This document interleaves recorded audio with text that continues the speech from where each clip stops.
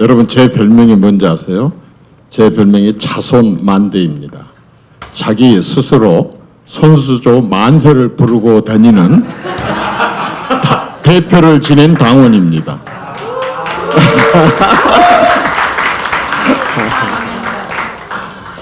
정말 제가 우리 손수조 위원장님을 아주 좋아합니다.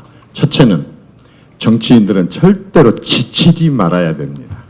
무슨 말씀인지 아시겠죠? 지치지 말아야 됩니다.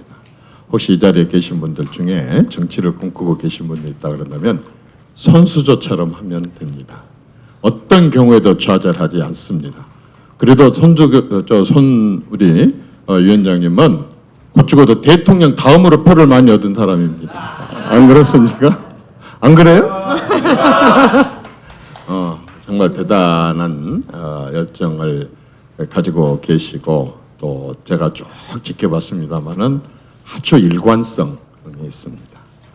정치를 하려고 한다 그런다면 처음 선택이 어렵습니다. 그러나 한 번 선택하면 일관성을 유지하는 것이 자기 정체성이고 또 그게 정치인으로서 크게 성장하는 길입니다. 조금 어렵다고 피하고 조금 뭐 인기 있다 그래서 그쪽으로 휩쓸리고 이렇게 하면 안 되는데 내가 일관되게 보니까 지치지 않는 정치인이라고 하는 것에 있어서 저는 아주 손수조 맨입니다. 그 다음에 저는 또 우리 손수조 위원장님한테 발견하는 게 정치할 사람, 다른 또 분야에서 일할 사람들은 다른 생각을 가지셔야 되겠지만은 정치하는 사람들의 가장 기본 철학은 머슴 철학입니다. 자기가 받들어서 모시겠다고 스스로 나선 사람이지 네가 좀 우리 지도자가 돼달라고 국민들이 지역민들이 요구하는 게 아니지 않습니까? 머슴은 일단은 주인이 따로 있습니다. 그건 국민입니다. 국민들을 받들어 모실 줄 아는 정신을 갖지 않고 내가 똑똑하고 내가 암기천재고 내가 경력이 화려하고 내가 어떻고 저쩌고 자기 때문에 정치하려고 한 사람은 빨리 포기하십시오. 그건 제가 40년을 정치를 하는데 그렇게 성공하는 정치인을 한 번도 본 적이 없습니다. 기본적으로 정치를 하려고 하는 사람은 군의원이 됐든 대통령이 됐든 기본적으로 우리 헌법 1조에 있는 민을 주인으로 모시려고 하는 생각, 그게 머슴 정신입니다. 유식하게 서번트 정신입니다. 그 정신을 조금이라도 놓치거나 그 정신을 자기가 벗어나려고 하면 빨리 정치를 그만두고 다른 분야로 가셔야만이 성공할 수 있습니다. 국민의힘을 포함한 우리 정치에 가장 부족한 게 이겁니다. 머슴이 사랑방에 앉아갖고 주인을 부르는 그런 머슴은 없습니다. 의원회관에 앉아서 지구당 사무실에 앉아서 자기 사무실에 앉아서 지역 주민을 부르고 그것도 보좌관이 골라준 대로 만나고 싶은 사람을 만나는 이런 정치를 하는 사람들은 빨리 정치권에서 나가줘야 됩니다. 제가 순천에서 6만 8천 표를 얻고 당선되고 광주에서 39.7%를 얻고도 떨어지면서도 그만한 표를 얻을 수 있었던 건 딱 요 정신 하나였었습니다. 민을 주인으로 모시겠다고 하는 걸 그냥 시험 보는 데 있어서 사회점수 100점 받는데 써먹지 말고 정치를 하는데 이 정신을 갖지 않으면 안 됩니다. 그러려면 어떻게? 자기가 찾아다녀야 되고 그리고 사람들로 부딪혀야 되는데 세상 천지에 나는 우리 손수조 위원장께서 그 정말 장례식장에 가서 그렇게 한 얘기를 듣고요. 수만 가지의 정치 사례를 들었지만은 손수조 사례는 단 한 사람한테도 들은 적이 없는 것입니다. 저는 완전히 자기 자신을 던지지 않고는 절대 불가능합니다. 솔직히 저는 지난번에 국무총리나 비서실장 물망에까지 올랐으니까 이제 그건 빼고 대통령을 시켜준다 해도 저는 그 일은 못하겠습니다.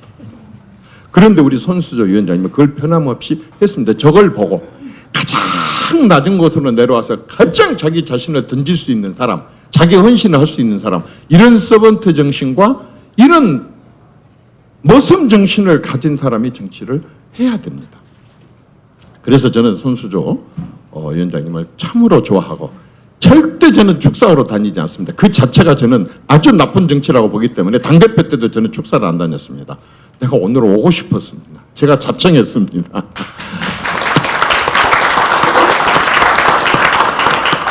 우리 국민의힘에 가장 아쉬운 게 있다고 한다면 보수는 자꾸 대선 후보를 포함한 엘리트 정치인들, 국회의원을 포함한 이런 사람들을 자꾸 다른 데서 데려오려고 합니다. 꾸어오려고 합니다. 옛날에 우리 상품이 좋지 않을 때 일제 또는 뭐 미제 이런 째를 좋아했지. 지금까지 사람까지도 국민의힘은 자꾸 어디서 빌려오려고 하는, 어디서 가져오려고 하는 째를 너무 찾고 있습니다. 솔직히 박정희 대통령님께서도 정치판에서 있는 게 아니라 갑자기 뚝 오셨고, 전두환 노태우 대통령은 그렇게 했었고, 사실 김영삼 대통령도 다른 당에서 째로 불러왔었고, 이회창 총재도 완전히 대법관하고 있는 사람 째로 불러왔었고, 박찬종이도 이수성이도 이홍구도 전부 우리는 갖다 빌려다 썼습니다. 반기문이도, 그리고 고건희도, 그리고 윤석열도, 지금 몇몇 사람들도 사실 정치권에서 손수두처럼 이렇게 온몸을 던져서 굴리고 굴려서 개똥밭에서 굴려가지고 누구를 만나도 만날 수 있는, 대화를 할 수 있는 그런 정치인이 아니라 전부 암기 천재들, 대가리에 뭐 좀 들었다고, 무슨 뭐 좀 받았다고, 과거에 경력이 이랬다고, 그래서 비닐우산처럼 데일밴드처럼 잠깐 쓰고 안 되면 그냥 바로 우리 스스로가 쓰레기통에 버리고 자기가 스스로 알아서 쓰레기통에 기어 들어가는 이런 정치를 언제까지 하겠습니까? 저는 여러분들한테 기대를 겁니다. 이 자리에 계신 손수조 위원장님 그리고 청년 여러분들은 제가 한 가지 부탁하고 싶어요. 혹시 이 자리에서 기업인을 꿈꾸고 있는 사람은 있다면 대기업 총수를 꿈을 꾸십시오. 야당이 프레임 씌우느라고 붙여놨던 재벌 총수가 되려고 꿈을 꾸십시오. 그리고 이 자리에서 정치의 꿈을 갖고 있다고 한 사람들은 최종적으로 내 목표는 대통령이야.